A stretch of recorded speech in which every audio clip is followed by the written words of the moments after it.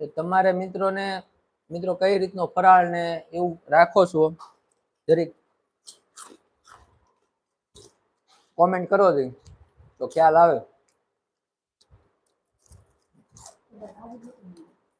बधाने हमारी भाषा समझ में आती है भाई? सबको मेरी लैंग्वेज समझ में आती है? तो यस करके कमेंट करो।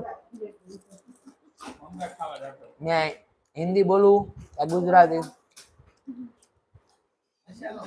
तो क्या आप लोगों को भी मजा आएगा कि क्या बात कर रहा है।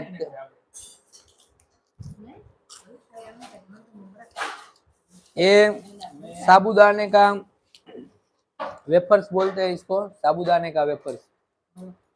इसमें आलू और साबूदाना होता है मिक्स करके, समर में बनाया जाता है। तो हाँ, समर में बनाया जाता है और पूरे साल तक खा सकते हैं इसको, बाद में फ्राई